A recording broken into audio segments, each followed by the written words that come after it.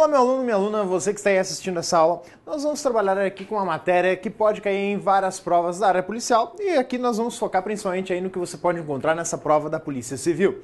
Bom, meu nome é João Paulo, sou professor de informática do Alfa Concursos desde 2009, na verdade um pouquinho antes, mas ali trabalhando já com o pessoal há bastante tempo. E aqui nós vamos disponibilizar essa aula para você justamente para que você perceba a necessidade que é você estudar informática e que você venha para o universo de estudos para concursos do AlfaCom. Então, me acompanha aqui nessa matéria de segurança da informação.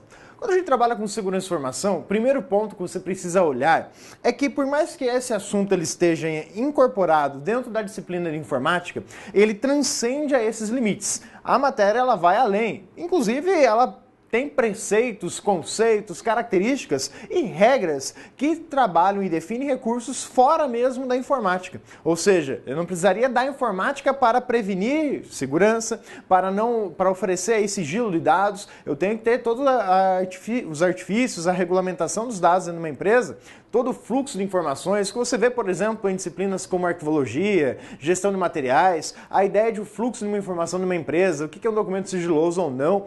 Tudo isso, ele tem aí uma pincelada de segurança também vinculando esses assuntos. Mas vamos olhar aí ao que tange a segurança de uma maneira macro, trabalhando aí com os seus conceitos básicos lá das ISO NBR 27000, ou seja, a 27001 e a 27002, que são aquelas que o concurso vai abordar no máximo. As outras aí, até a subseção 9, eles não vão trazer nada, só a 1 e a 2. Então essas normativas, elas se resumem a algumas regras básicas, desde princípios de senha, o que uma senha precisa ter para ser considerada minimamente segura, a sua formatação, o que caractere que eu posso usar ou não em uma senha. Então esses argumentos básicos, além das políticas de segurança, política de mesa limpa, tela limpa. Veja, mesa limpa não relaciona muito com a informática, tela limpa já está dentro aí do universo da informática, entre outros aspectos. Então isso aí tudo está dentro das normas técnicas, que podem ser aí cobradas. Há editais que trazem isso especificamente na sua definição. Vai lá, vou cobrar a norma técnica tal. Agora tem edital que ele vai falar, princípio de segurança de informação. E é aí que nós vamos bater em cima. Porque a parte que mais aparece na sua prova são esses princípios básicos. Bom, o que nós entendemos por princípios? Um princípio é algo que nós queremos alcançar. Então nós almejamos a ele. Nós precisamos oferecer algo que garanta o princípio. Ora, para que eu possa dizer que o princípio foi realmente garantido, eu preciso oferecer a condição para isso. Se a condição não for satisfeita, quer dizer que eu não tenho esse princípio, porque não há garantias no processo. Então entenda isso, porque um princípio, uma vez que eu falo assim, eu tenho um princípio, não há uma garantia de que aquilo não ocorra, mas uma garantia de que aquilo não ocorreu. Então é um selo que eu falo em relação, isso aqui eu garanto que até aqui não aconteceu nada do que previa cada princípio. Por exemplo, a alteração dos dados. Eu garanto que até aqui não ocorreu uma alteração, então estou te garantindo esse princípio de não alteração. Porém, há o princípio ali que vai te oferecer sigilos, autenticidade. É isso que a gente precisa entender. Quais são esses princípios básicos? Dentre os princípios básicos, para que a gente possa memorizar mais fácil quais são, você pode observar através de uma dica. Então essa aqui vai ser a dica que vai fazer você lembrar dos 4 princípios básicos da segurança da informação. Quem são? Você tem a disponibilidade.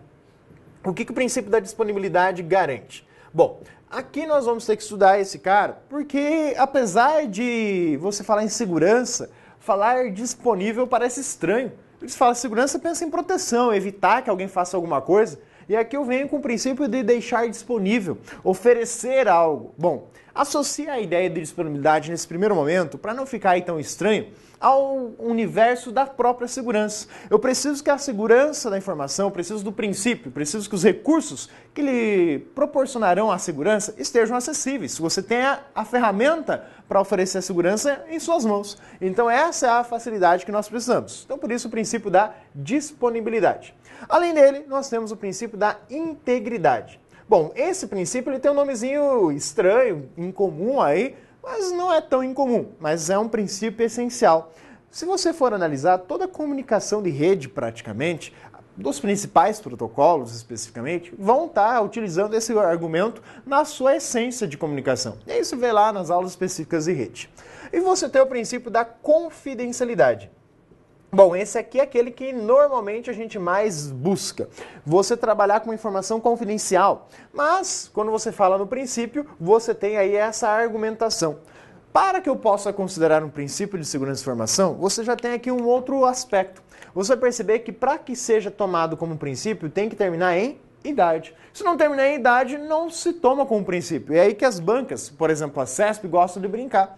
Ela vai lá e fala um princípio da autenticação. A autenticação não terminou em idade, não é princípio. Agora, o que seria um princípio? O princípio da autenticidade. Simplesmente você tem aí novamente a ideia da idade ao final da palavra para que eu possa tomar como um princípio. O princípio é isso, uma definição, algo que você almeja. O que pode acontecer, extrapolando aí um pouquinho a sua definição, é o seguinte: estes são os 4 princípios. A banca ela pode chegar e dizer para você, olha, eu tenho 5 princípios básicos de segurança da informação. Posso considerar 5? Sim, mas 4 seria o essencial, pelo menos estes 4. Atenção, porque às vezes a questão ela não fala, os 4 são. Ela fala, dentre os princípios, então ela não precisa especificar todos, porque ela falou dentre os que existem. Ela vai lá e cita 2, 3, então fica atento a isso. O princípio da autenticidade, ele pode trazer esse 5º princípio como uma consequência a ele. Ou seja, vai estar intimamente ligado a esse carinha. É uma dependência que você tem associada a ele. Qual seria esse outro princípio? É o princípio do não repúdio. Você pode perceber que ele não aparece aí com essa definição de idade no final. Pois é, na verdade ele pode aparecer. Ele pode aparecer como o princípio da irrefutabilidade. Então você tem aí a idade sendo utilizada. Só que esse argumento ele é pouquíssimo utilizado. Eles trabalham mais com essa expressão, o não repúdio, não poder negar. O quê? Bom, aí nós vamos abrir aqui o nosso leque de estudo e observar justamente esses princípios. Começando pela disponibilidade. O princípio da disponibilidade ele garante o quê? Bom, quando você fala em disponibilidade, é estar disponível. Então ele garante que uma informação esteja disponível para quem? Bom, ele vai dizer que a informação vai estar disponível para quem precisar. Então, essa é a parte básica. Esteja disponível para quem e quando precisar. Quando você diz quem precisar, é porque qualquer momento tem que estar ali acessível, tem que estar disponível essa informação ou ferramenta. Um exemplo onde você pensa muito nisso são alguns serviços públicos, como, por exemplo, declaração do imposto de renda. Ah, mas eu ainda não faço minha declaração. Tá, mas uma hora você vai fazer, depois você assumir o concurso público, você vai ter o imposto retido em folha, aí você vai falar, pô, tem que ir lá fazer minha declaração para restituir o imposto. Pois é, aí você vai lá declarar o imposto de renda. O sistema da Receita ele tem um prazo para que você faça a sua submissão da sua declaração. Se neste prazo, por exemplo, você deixou para fazer na última semana, nos últimos dias a sua declaração, e aí foi submeter e bem naquele dia congestionou o sistema e você não conseguiu enviar, ficou tentando enviar e o sistema não estava disponível, estava fora do ar e você não conseguiu submeter a sua declaração. Quem se fudeu foi você, né? Pois é, porque o princípio da disponibilidade foi ferido, o sistema estava fora do ar. Aí você tem que ter um cuidado com a argumentação da Receita. A Receita Federal tem uma postura um pouco rígida nesse aspecto. Ela vai dizer que você tinha aquele prazo para fazer a declaração. O prazo era estipulado justamente pensando em problemas que poderiam ocorrer. O azar foi o seu ter deixado para a última semana e aquilo estava previsto. Se ela for gente boa, ela vai prorrogar o prazo, que normalmente não acontece. Ela acaba fazendo o quê? Ela fala para você enviar na segunda etapa, ou seja, aquele momento que pode gerar até uma multa para você. Isso é a postura dela. Agora vamos pensar na inscrição no concurso. Você vai se inscrever agora para o concurso. O que vai acontecer na sua inscrição? Você tem um prazo para fazer a inscrição. E se durante uma semana deu um baita um temporal lá e caiu a rede da instituição que fazia a sua inscrição? Bom, a banca então estava offline, você não conseguiu fazer a inscrição no site, o sistema do site estava indisponível, quebrou o princípio, feriu o princípio da disponibilidade. Então na hora de fazer a inscrição não deu certo. O que a banca normalmente faz? Ela tinha o prazo. Ah, na semana seguinte vai estar disponível, mas se fosse a última semana? A banca normalmente ela vai pensar assim, bom, tinha uma semana para o cara se inscrever e nessa semana o sistema não estava disponível, eu vou prorrogar por mais 2 semanas. É porque ela vai dar um prazo maior? Porque normalmente é porque deu pouco inscrito, ela quer mais inscrito. Então a perspectiva muda aqui um pouco. É uma questão de aproveitar que o problema surgiu, que o princípio foi ferido e utilizar isso como uma forma de vender mais, de ter mais inscritos no concurso. Então é a postura de cada um tratar o princípio quando ferido. Mas o princípio é deixar a informação acessível para quem e quando precisar. No que diz respeito à segurança de informação, onde é que está associada essa essência? Bom, o princípio ele vai gerar aí acerca do conceito que são as chaves públicas. Então aqui você vai anotar isso ali no cantinho porque vai ser essencial ali adiante, quando a gente entender como funcionam estas chaves. Então a chave pública é o que nós precisamos em termos de segurança de informação digital que esteja disponível para quem e quando precisar. Então por isso que existe o princípio da disponibilidade relacionado aí ao processo dentro da informática. O outro princípio é o princípio da integridade. Então deixa aqui a essência, esse aqui, para a gente entender mais adiante como é que funciona. O princípio da integridade, o que ele traz para nós aí na sua utilização? A integridade, ele garante a não alteração. O que é garantir a não alteração?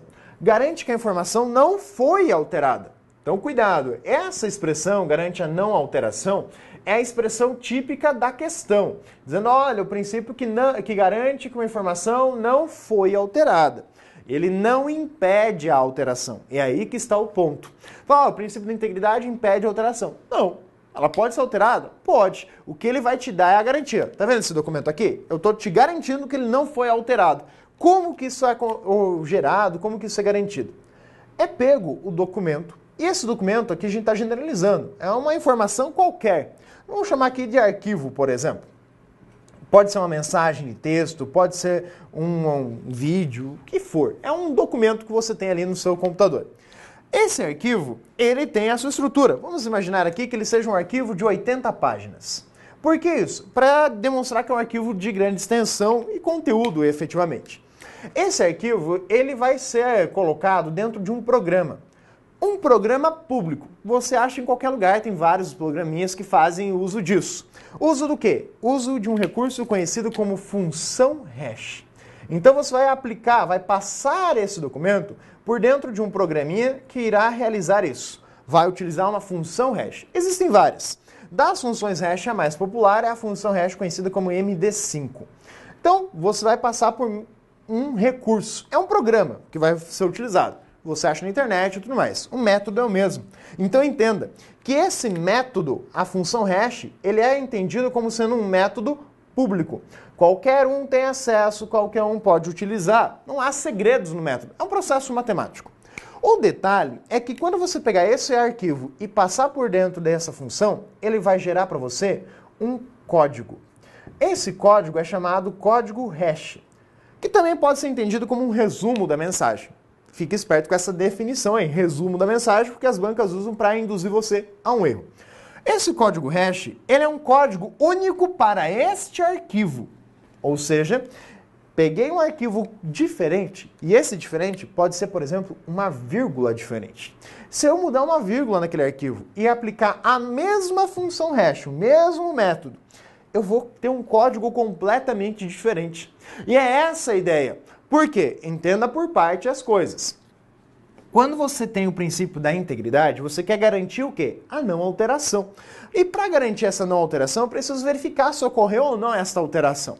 Então, por exemplo, você vai baixar um CD do Linux na internet ou algum outro programa, principalmente software livre, que tem mais esse apelo a utilizar aí esses recursos. Qualquer programa pode fazer uso disso. Tudo uma questão de escolha. O cara que disponibilizou para você tem que escolher isso. Então você vai lá, tem lá o link para baixar o CD do Linux, a ISO do Linux. É um arquivo. E ao lado dele está escrito no site, na página, bem do ladinho do arquivo download, está lá o número do checksum, o número do MD5, o número para você conferir. Mas conferir como? Bom, primeiro você vai baixar o arquivo. Terminou de baixar o arquivo, você vai baixar um programinha que faça aquela função MD5. Aí no seu computador você vai pegar esse arquivo, essa imagem do CD e gerar esse MD5. O que você vai ter que fazer é pegar esse código que você acabou de gerar e confrontar com aquele que está lá no site onde você baixou o arquivo. Verificar se esses dois códigos são iguais. Se forem iguais, show de bola. Você acabou de verificar a integridade do documento. Significa que eles são iguais. Agora, se ao fazer esse choque, confrontar os dois códigos e ver que há diferença entre eles, você pode ter certeza que aquilo que você baixou está diferente do que está disponível no site. Então, apaga o arquivo que você acabou de fazer download e baixa de novo. Por que isso? Pode ser que ocorreu um problema na hora de fazer o download, deu uma falha no processo.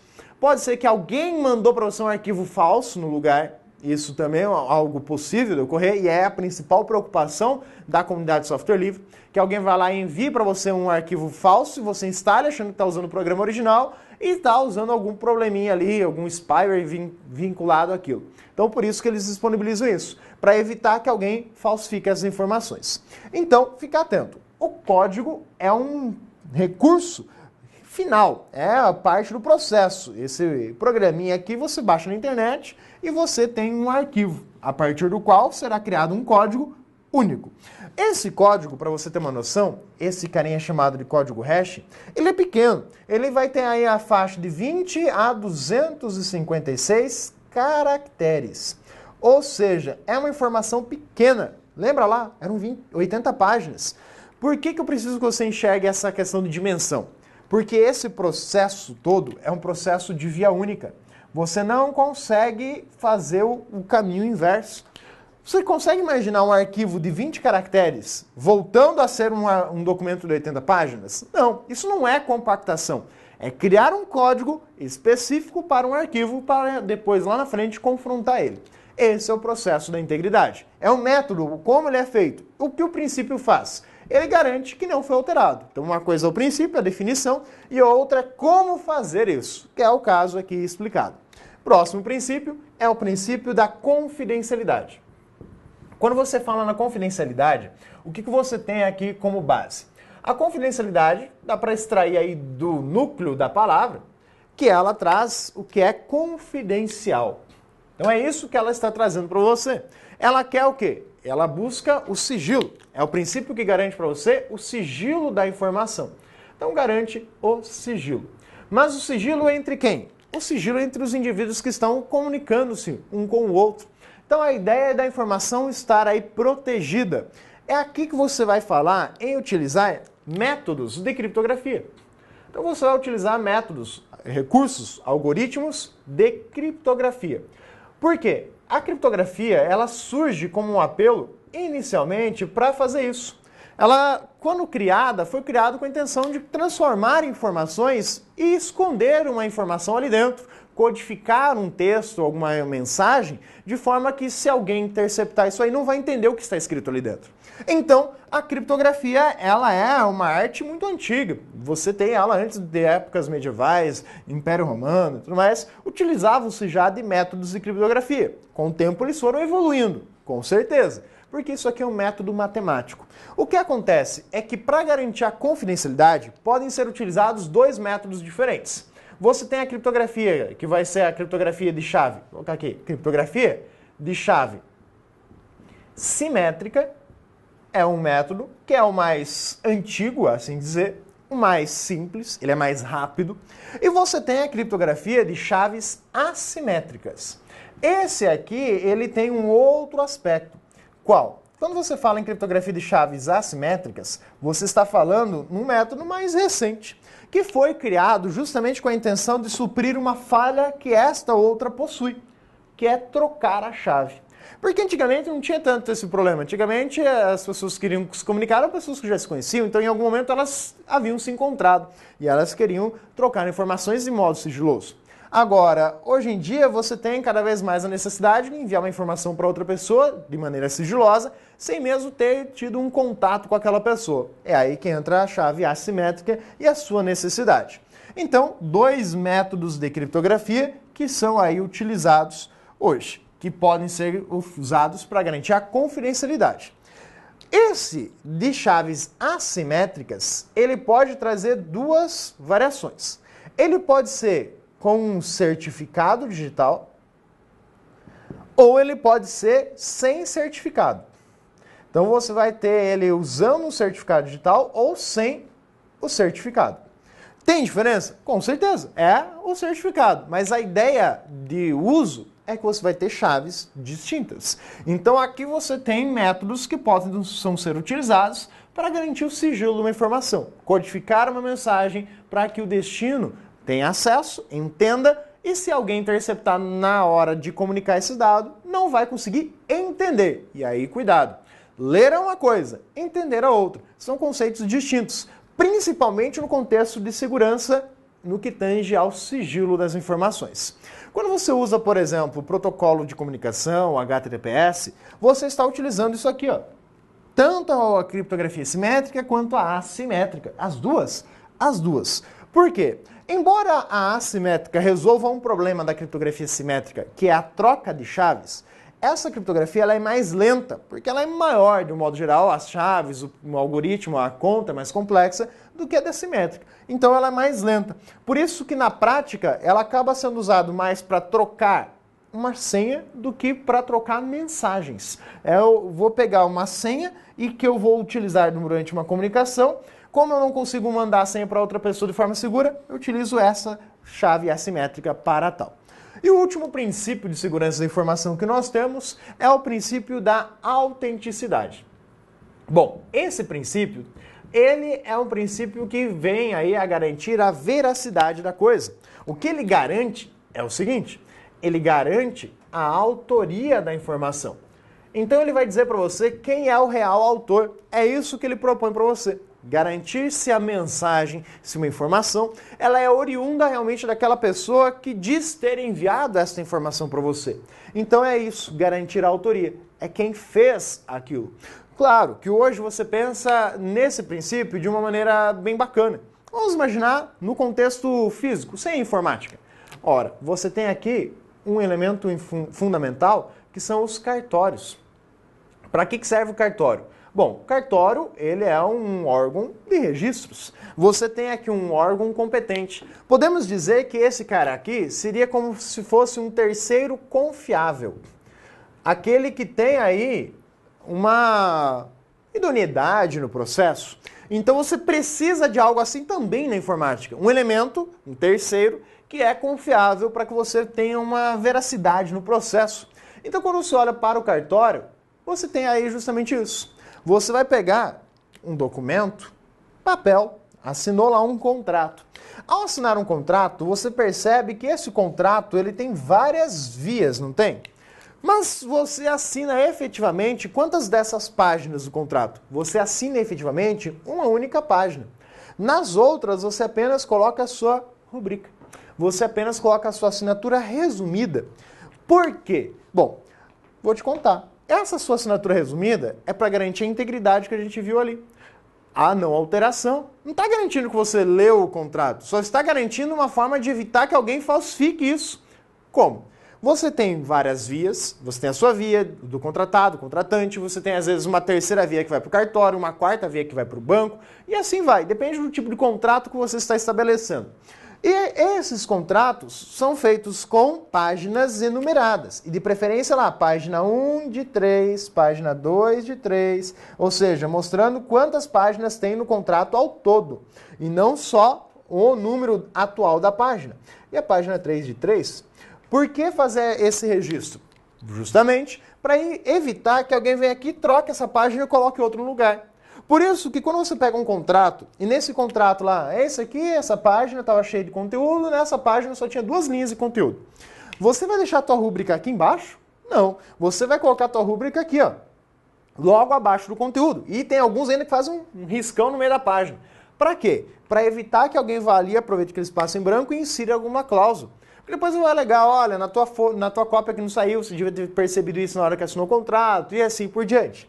Então são alguns argumentos básicos que você tem há muito tempo, mesmo sem a informática. São recursos para garantir a integridade, número de página, a rúbrica e a autenticidade. A autenticidade é quando você pega esse contrato e leva ao cartório. E no cartório você vai chegar aqui e ele vai colocar um selo do cartório aqui na última página, dizendo o seguinte: essa assinatura é daquela pessoa, essa assinatura é desse indivíduo. Hoje você tem aí reconhecimento por simples comparação de firma e tem a assinatura por verdadeira. Reconhecimento de firma, qualquer um chega lá com um documento assinado e fala: essa aqui é a assinatura de fulano, eu quero comparar essa assinatura. Beleza? É a assinatura dele? É. Então, confirmou. O contrato hoje mais exigido, principalmente para trabalhar com questão de abertura de empresas e tudo mais, é que você leve um contrato sem assinar, e assine diante do cartorário, para que ele veja que é você que está assinando com o seu documento e tudo mais, ou seja, confirmação de assinatura por verdadeira.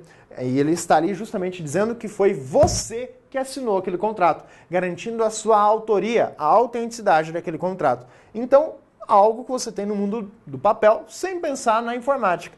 Onde é que entra a informática? Bom, para fazer uso da autenticidade, primeiro, tem que ter certificado digital. Então ela necessita de certificado digital. Sem certificado digital consigo garantir isso?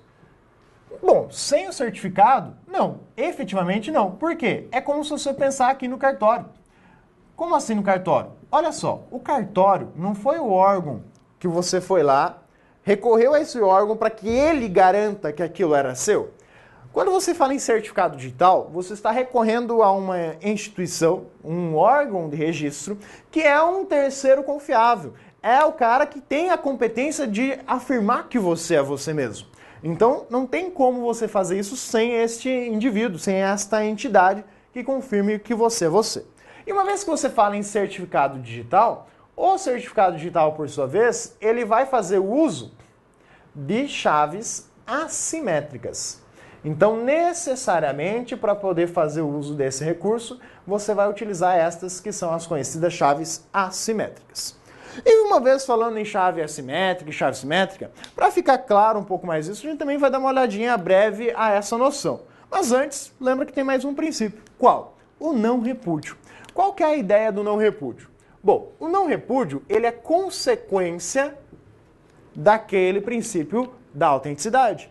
Se você pegou aquele seu contrato, levou para um cartório, o cartório confirmou que é a sua assinatura que está ali, tem como chegar e depois dizer que não foi você? Que foi outra pessoa se passando por você que assinou aquele contrato? Pô, tá reconhecido firma como verdadeira. Foi você que foi ao cartório e lá e assinou aquele contrato de frente ao tabelionato. Então, não repúdio é exatamente isso. A ideia é de não poder negar. Negar o quê? A autoria de algo.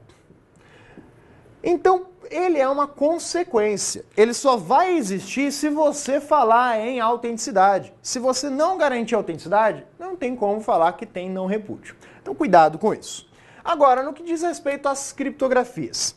Quando você fala em criptografia de chave simétrica, qual que é a ideia básica dela?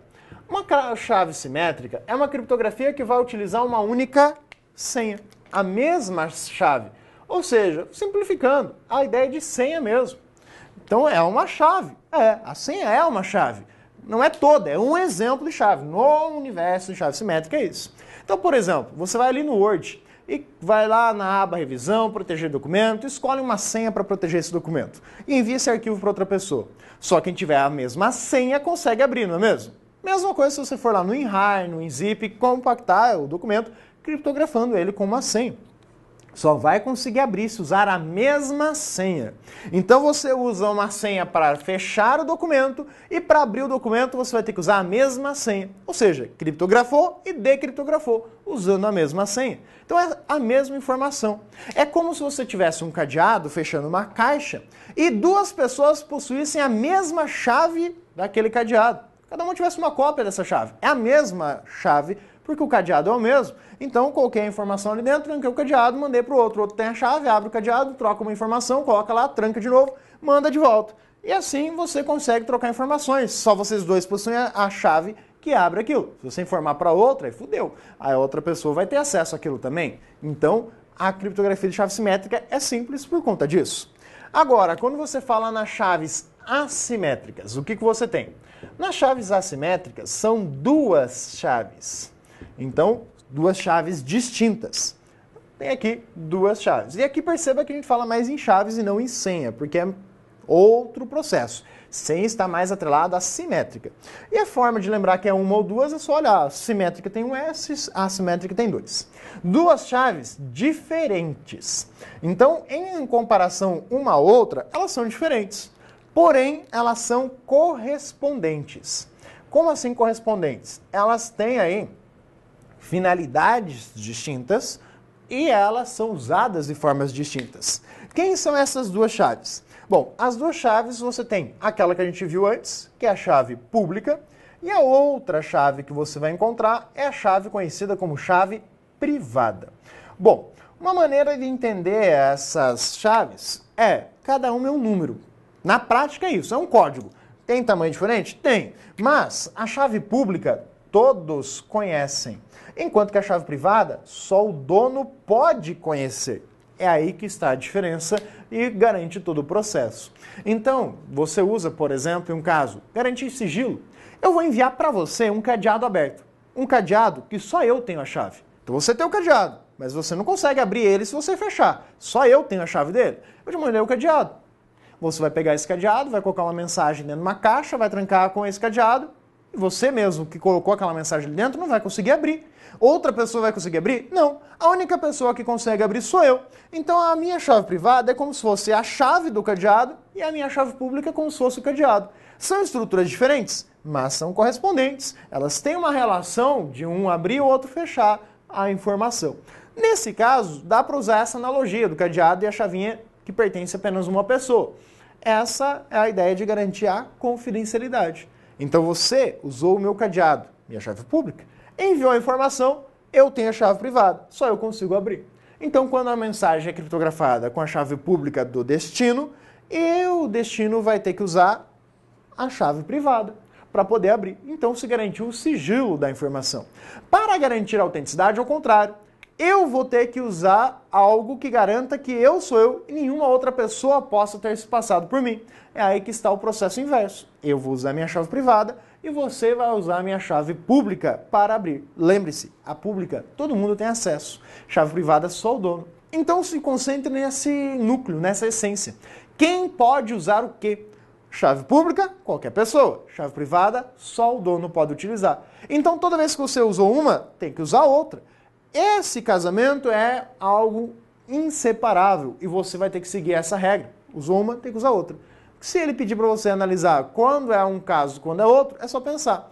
Qual chave eu tenho que usar para que a outra pessoa use a que eu necessito? Então ele vai trazer justamente essa ideia. Se eu quero algo que só o destino pode acessar, eu vou usar algo que só o destino tem a chave. Então eu vou mandar com a chave pública do destino, porque só ele tem a privada. Agora, se eu quero usar algo que só eu tenha, eu vou ter que usar a minha chave privada para garantir que sou eu, porque só eu posso ser aquela pessoa, só eu tenho acesso àquela chave privada. E a chave pública todo mundo tem acesso. Então aqui uma noção básica para que você possa resolver várias questões. A ideia de quantas chaves você tem, a ideia de quais métodos você vai utilizar, que o certificado digital está diretamente associado a chaves assimétricas e não a chave simétrica, são coisas distintas. E você também tem aí os princípios básicos, o que eles proporcionam e como aí trabalhar com parte deles dentro do processo. Mais detalhes sobre esse, venha para o curso regular e assista às aulas completas. Um forte abraço, boa prova e até mais!